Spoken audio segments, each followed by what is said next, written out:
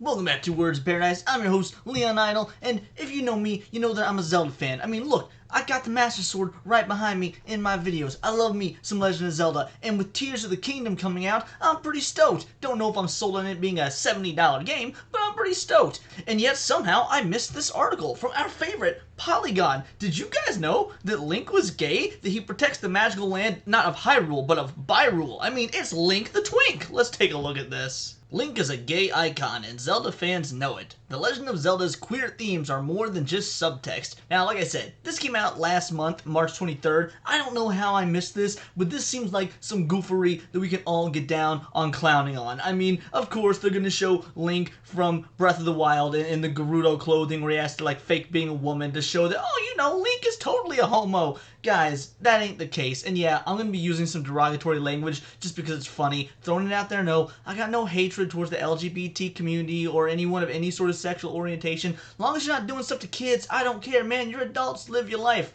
But Link isn't gay, I'm sorry. Let's go through here and see what buffoonery Polygon has come up with. The Legend of Zelda's beloved and iconic protagonist Link is tagged in more than 17,000 pieces of fanfiction on Archive of our own. Among those stories, more than 300 are tagged with trans Link, and nearly 2,000 feature Link in a romantic relationship with Prince Sidon, or Ganondorf for the enemies to lovers fans. AO3 may not be the only metric for how many Zelda fans interpret Link as gay and or transgender, but it's one of the biggest. Now, I'm gonna be real with you guys. I've been playing the Legend of Zelda games for a long time now, many years. In fact, I remember my first Zelda game was probably Legend of Zelda Link's Awakening on the Game Boy Color. That was a long time ago, and I may have played some Zelda games before that. That's just the earliest one I can remember. So at least since the Game Boy, not Game Boy Color, Game Boy, just regular Game Boy. So I've been playing Legend of Zelda since the Game Boy days. Never once have I gotten the impression that Link was gay. I mean, I love Lord of the Rings, grew up watching that. Legolas is a pretty feminine elf character. I mean, clearly, he's a dude, but I don't think Legolas is gay. I don't think many people think Legolas is gay. Link is pretty much the same. He's just because, now, he's not an elf. He's a Hyrulean or a Hylian. However, he's an elf. For cultural normative purposes, he's an elf. Most elves in that traditional fantasy medium are just more feminine, like that's just a general character design. So I don't know where the idea, like, yeah, maybe because he's got some feminine aspects to him, automatically he's gay. Well, first of all, masculine dudes can be gay too. They don't all gotta be twinks, but anyway. This is no surprise, as fans have been speculating on Link's gender and sexuality since at least 2009, though realistically, he's been on the minds of queer players since The Legend of Zelda first released in Japan in 1986. I don't think this is true. You see, I don't want to label gay people. I don't want to assume, oh, all queer players just immediately assume, is this video game character, this fictional character, gay like me? I don't imagine there was a little gay boy who was playing Mario in his bedroom when he was a little kid, and he was like, I hope Mario likes to suck cock. Like, I just don't think that's what was going on. I believe it or not, gay people can enjoy characters that aren't gay. So, no, I don't think that it's been on the minds of queer players since The Legend of Zelda was released in 1986. A lot of folk weren't thinking like that. They were just amazed that the magic of video games was even there in their homes on more than, like, a joystick with a single button. Nintendo has denied rumors that Link is queer. In 2015 interview with Kotaku, Zelda producer EJ Aonuma said that Link is not gay, he's just an odd person. Well, that wraps it up. Dude said he's not, and I mean, the guy is, as they said, a producer on The Legend of Zelda. If anyone would know if Link likes to take the Master Sword up the bum, I would think it would be him, and he says no. But of course, we got quite a bit of article left to go over, so I assume that Polygon ain't gonna take no for an answer. However, though Aonuma shut down speculation about Link's sexuality within the franchise canon, his statement also opened the door for further interpretation. No, it didn't. He's not gay. It says it right here. Not gay. There we go. There should be no more speculation. That being said, they think that there should be. So, oddity has long been inextricably linked with queerness, even beyond the etymological connection. For decades, heteronormativity has forced queer people to exist on the fringes of society. In art, it's common to see queer-coded monsters, and especially queer-coded villains. Now, is it though? Is it really common to see queer-coded monsters and queer-coded villains? Or are you just assuming that? I mean, yeah, there's been villains out there who have been very feminine and androgynous. That doesn't inherently mean they're queer-coded, though. This is also a new concept, the idea of queer-coding. Like, again, not everything gotta be about sexuality, okay? I'm not watching My Hero Academia and being like, I wonder if Deku is straight or gay. I wonder if he is straight like me. I need to know if Deku, like me, prefers vagina. Because let's be honest, Deku, at least where I'm up to in the anime, doesn't actually canonically have a female love interest. I mean, maybe there's some hints that he's into, Uravity, but hey, maybe there's also some hints that he likes it rough with Bakugo. I don't know. I don't care. I don't care what Deku likes, and I certainly, as a straight bro, am not sitting here wondering if he, much like me, prefers pussy with a quirk. It's just not something that I'm really curious about as a viewer. Is Deku a cool character? Are his morals in line? Do I enjoy seeing him be a strong, capable leader and a character worth rooting for? 9 times out of 10, no. I actually think Deku sucks, but that's kind of not the point. The point is, as a straight guy, I'm not over here worrying about the sexuality of every character and wondering if they got the same sexualities as me. I assume a lot of gay folk also don't care. So no, this whole idea of queer coding and just assuming, oh, there's queer coded villains, queer coded monsters. You want the stereotypes to stop, but you're making the stereotypes of yourselves when you say stuff like this. Particularly because of how the Hays Code prohibited depictions of homosexuality on screen. Queerness has historically been labeled a form of depravity, and queer rights continue to be under threat today, as anti-LGBTQ legislation skyrocketed in 2022. You see, they can't even make an article about a gay video game character without trying to bring the real world into it. This is how you know it's agenda. This is how you know this is propaganda. If you want to talk about Link being gay, I think that you're dumb, I think that you're goofy, I think that you probably need to do something more with your life because, speculating on whether or not a collection of pixels prefers dick or puss, that's a little strange to me, but if you want to focus on that, go for it. But then why do you gotta bring in the modern day, this anti-LGBTQ legislation? Like, guys, one is about a video game. Gamers like me and the majority of the people who are buying, these Legend of Zelda products, these Nintendo products, we're buying stuff like this, we're purchasing these for escapism, to get away from all that crap going on in the real world, in the news, in politics. Stop putting it in your articles. You're not actually helping yourselves. Once again, you're only adding to the stereotype because, the stereotype now is that, all gay people always want to talk about their gayness all the time and how under attack they are and how they're always victims. Let me tell you, I'm going to play the I have gay friends card, and the majority of those gay friends, I've not, but rarely heard them, if at all, talk about how they are under attack. This is absolutely something that's only a thing on Twitter. Given the history and political climate, as well as the propensity for fans to hold fast to their theories regardless of canon, queer Zelda fans haven't let what Aonuma has to say hold them back for their own interpretations of the iconic character. This became especially apparent during the lead-up to The Legend of Zelda Breath of the Wild. Prior to the game's release in 2017, there were rumors that players could have the option to choose between a girl or boy Link. In a 2016 interview with Time, Aonuma addressed these rumors after it confirmed that Breath of the Wild would again feature a masculine Link. His response point to seemingly intentional ambiguity around Link's identity markers. Back during the Ocarina of Time days, I wanted Link to be gender neutral. I wanted the player to think maybe Link is a boy or a girl. If you saw Link as a guy, he'd have a more feminine touch, or vice versa. If you related to Link as a girl, it was more of a masculine aspect, Aonuma told Time. And you know what? That's totally fine, because the original idea for Link, the reason his name is Link, is he is supposed to be the link between you and the game. So I get the idea of leaving him rather, androgynous, rather gender neutral, and Ocarina of Time, it fails at that. Link is very clearly a male, or at least if you ask me, he's very clearly a male. But that being said, I get what they're going for, and there is no problem with that. If you want to have a character that is more or less gender neutral, then yeah, especially that character is supposed to be, like Link is literally the link between you and the game, I totally get and respect that mentality. That makes perfect sense to me.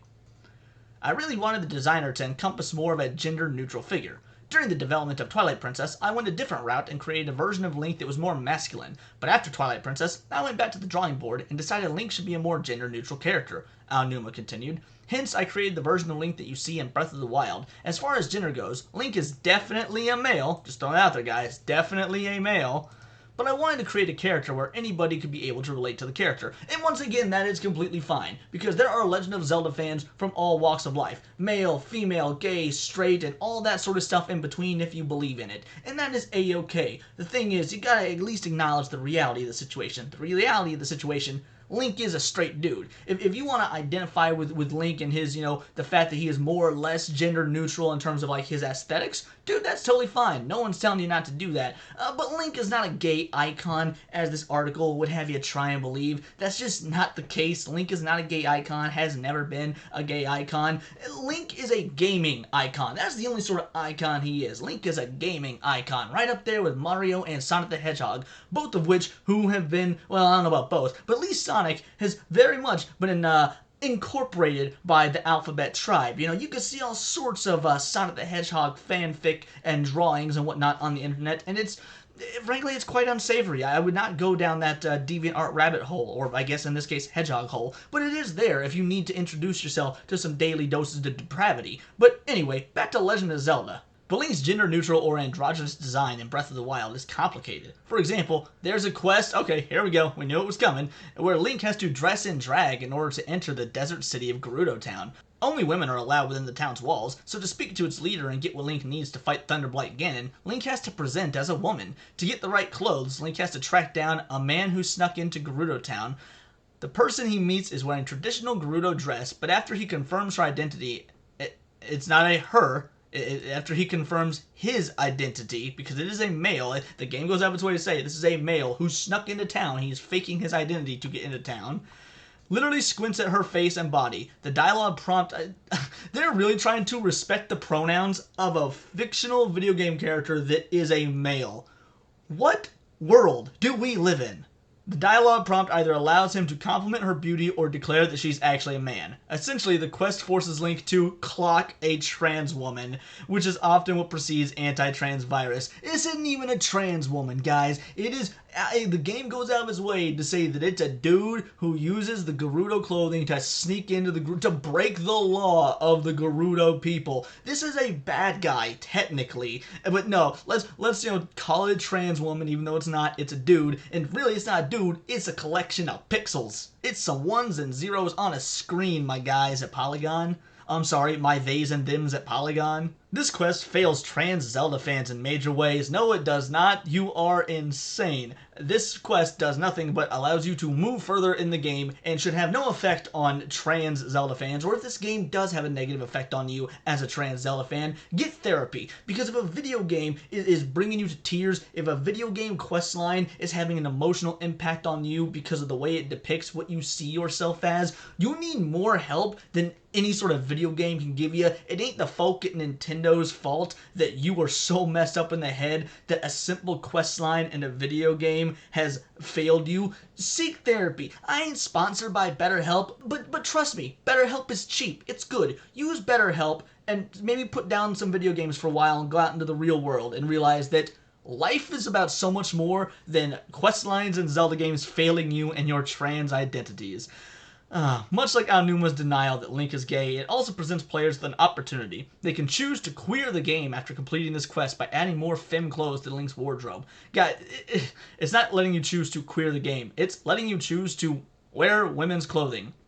That's not necessarily queer, by the way. That implies that any dude who likes wearing female's clothes inherently gay. So, now you're completely ignoring a subsect of dudes out there who are straight and wear women's clothes. I'm sure individuals like that exist. I don't really know any, but all I'm saying is I'm sure they exist. The point is, you're not queering up the game by having Link wear women's clothes. Or were you queering up Mario Odyssey by having Mario wear a dress in the Mario Odyssey game, even though that outfit's in there as a joke. But yeah, sure, whatever. Other costumes are less intentionally feminine, but there's also a distinct absence of hyper-masculine imagery like you might see in Red Dead Redemption or even Metroid, where you play as a girl? Wherein male heroes are either super masculine or tall and wiry, and their costumes emphasize their bodies. Of course, Link's androgyny also follows a very specific and limited interpretation of the term. In the fashion world, androgyny is often used as a label for thin, white, able-bodied, AFAB people who wear masculine clothing. Someone in the comments is gonna need to define AFAB for me. I'm too afraid to click on this link. However, androgyny is practiced by people of every size, race, and body type. Many people who present as androgynous, especially if they identify as non-binary or genderqueer, argue for fashion to be ungendered. To that end, a video game character wearing a bra and trousers with a sparkly veil should be able to claim androgyny as easily as a fat model wearing a flannel shirt and short shorts. I don't ever want to see a fat model, let alone a fat model, wearing a flannel shirt and short shorts, because frankly, flannel shirts just remind me of Kurt Cobain, and really, fat models should probably Kurt Cobain themselves. I joke, I kid, I'm not an advocate for suicide or murder, because Kurt Cobain was actually murdered, but that's neither here nor there. We shall continue. But neither presentation should be the only definition of the term. Throughout Zelda's history, Link is most often portrayed in a tunic and tights, which is apparently how Nintendo defines androgynous fashion. No, that's how Nintendo defines Link as a character with a character design. You want to create a brand, you want to create an iconic character. There's a reason Mario is so often depicted in overalls, a red shirt, white gloves, and hat. Mario has worn other outfits, but his main outfit, the one that everyone thinks of, is the iconic Mario look. That's not because that's how Nintendo defines Italian plumbers. That's how Nintendo defines Mario. Just like how the tunic is how Nintendo defines Link, because that was the brand for so long. I'm actually one of the individuals, one of the type of folk that don't like that Breath of the Wild lets you have all these different outfits. Yeah, it has nothing to do with like, oh, Link can wear a dress now, oh, I hate the game. No, I love Breath of the Wild. Breath of the Wild is a great game. But sorry, to me, Link is a dude who wears a green tunic. This version of Link, he's fine, I guess, but let me tell you, I got the amiibos and out the gate started using the amiibos till I had some Twilight Princess or Ocarina of Time outfits so I could play the game as the real Link, not the one that isn't wearing a green tunic. Breath of the Wild offers a more robust but still nebulously gendered wardrobe. Link dressing in drag is just one example of queerness in Breath of the Wild. Another is his very flirtatious banter with Prince Sidon, who's widely considered to be a queer-coded character on his own. Although Link has to rescue Sidon's sister from the divine beast Vah Ruta, who the game goes out of its way to very clearly show Link and her have some sort of if not romantic relationship, very close to a romantic relationship. She at least is romantically in love with him, and it's heavily implied that he returns those feelings, but whatever. It's clear that there's an emotional connection between these two men as well. Sidon calls Link his best friend and repeatedly talks about how much he believes in Link. Yeah, that's because it's a Japanese game. Japanese anime games, they do that whole power of friendship, I believe in you, I love you as my friend. They do that shtick all the time. Goku does it, and Goku doesn't exactly prefer the company of men. He's Goku, not Geiku. He even carries Link to Vah Ruta on his own back, which makes it feel like the characters are handling the first part of the boss fight together. Well, it's because they are handling the first part of the boss fight together. With mutual trust and physical intimacy. Yeah, if you're going to be on a team with someone fighting a giant robot in a lake, you probably want to have mutual trust with that individual, and if you're riding on their back, there probably is some sort of intimacy there, even if it's not, like they say, canonically romantic. Intimacy is not inherently a sexual word, I do hope you know. I've been intimate with my bird before, and by intimate with my bird, I mean while I'm sitting here recording my YouTube videos, I like to reach over and scritch his head and be like, oh, I love you, Hondo. That's technically intimacy. The relationship between Sidon and Link has been explored in all kinds of fan works since the game was released, including fan fiction ranging from a few thousand to hundreds of thousands of words per story, as well as mature comics and plenty of spicy fan art. And these people are freaks. Look, I get it. If you like doing fan art and fanfic and whatnot, by all means, it's on you. I'm sure there's some stuff that I enjoy doing that you guys probably think is weird. But anyone that wants to make these like super long novels of graphically mature sexualized fanfic about video game characters, you should be channeling that energy into something far more productive. At least that's just write your own original story and try and get it published. I mean, that is step one. The chick that made 50 Shades of Grey did it. I mean, that started off as Twilight fanfic. And while I'm not here to advocate for 50 Shades of Grey, at least that author went a step beyond and, you know, actually made something of her fanfic and turned it into an original work, if you want to call it original. It's still better than what these mature comics and spicy fan artists are doing. For now, the ambiguity of Link's gender and relationships allows players to make what they will of his characterization and story. Nintendo's androgynous designs leave room for players to choose how they identify with Link. And well, you know what? That's the first true thing you've said so far in this article. Or other potentially queer characters in the franchise, like Sheik from Ocarina of Time. Sheik is not a queer character. Sheik is Zelda in a disguise so she's not found by Ganon. Sheik is Zelda pretending to be a dude so that Ganondorf doesn't find/suspect her. It's not even... Sheik is not a character. I mean, Sheik is a character, but Sheik is a character the same way that Darth Vader and Anakin Skywalker are characters. Yeah, they technically have different names, but it's the same person. And produce fan content that aligns with their views. Though Nintendo insists Link is both straight and cisgender, fans have expanded the Zelda universe with LGBTQIA+ characters and queer readings of Zelda games.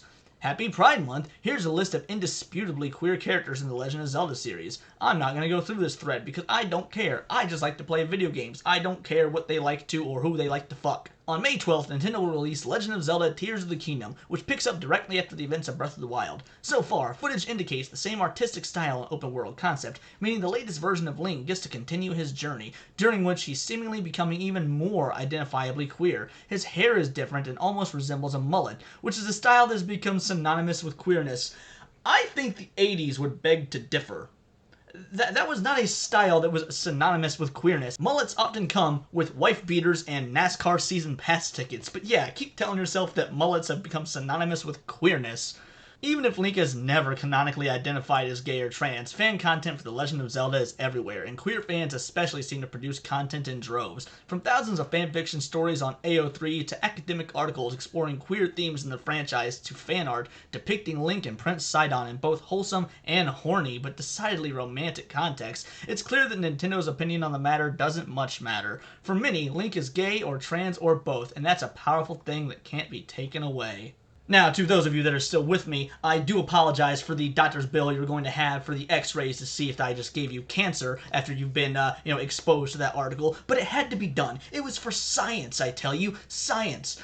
But in all seriousness, I don't even know what Polygon's endgame was. What was their goal with this article? This was such a strange article to read because it just went on and on about how fans consider Link gay even though Nintendo has said he isn't. And somehow they squeezed a 20-ish minute video out of me for that in several, who knows how many paragraphs. I ain't gonna go back and count because I don't want to ever lay my eyes on this article again because of the straight buffoonery that it was. But in all reality, what are they trying to do? It barely talked about the upcoming Zelda game, Tears of the Kingdom, so it's not like he was trying to sell that game. It talks about it a little bit at the end, and it also goes out of its way to, in the very beginning of the article, or near the beginning, talk about how Link is a straight dude, coming from the producer himself. So what's the point of this article even existing? It wants to claim that Link is a gay icon, but it gives no evidence to support that. I mean, there are straight characters out there that have become gay icons. There's also, actual gay iconic characters, like, anyone from Rocky Horror Picture Show. But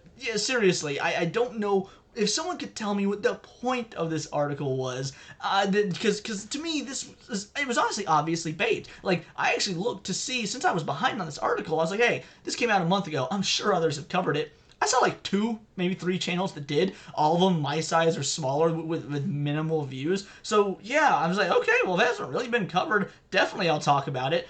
I could swear this would have been bait for people in like the Fandom Menace or something, so that there could be some Twitter outrage or something when people were like, when Eric July or something was like, Link ain't no fucking fairy or whatever. But no one's talking about this. Why is no one talking about the fact that Polygon is calling Link gay? This is so strange. But this is going to close the book on Link the Twink today. We're going to cover much bigger and better things in the next coming days, but until then, I am a nerdy news channel. I do nerdy news every day, so please do stick around, come back for that. But until then, as always, this is just my opinion. Let me know yours in the comments below, or you can let me know on Twitter, where you can find me at BoltTheWord. And please do subscribe to the channel. We are at the almost 800 subscriber mark, which means we're barely more than 200 away from the 1,000. I couldn't thank you guys enough for that. Like, this has all been because of you, so thank you so much. Please do subscribe. I'd like to hit those numbers, and I can only do it because of you. I can't say I appreciate it. And until next time, it's all here in the Nerdosphere, and this has been Words of Paradise.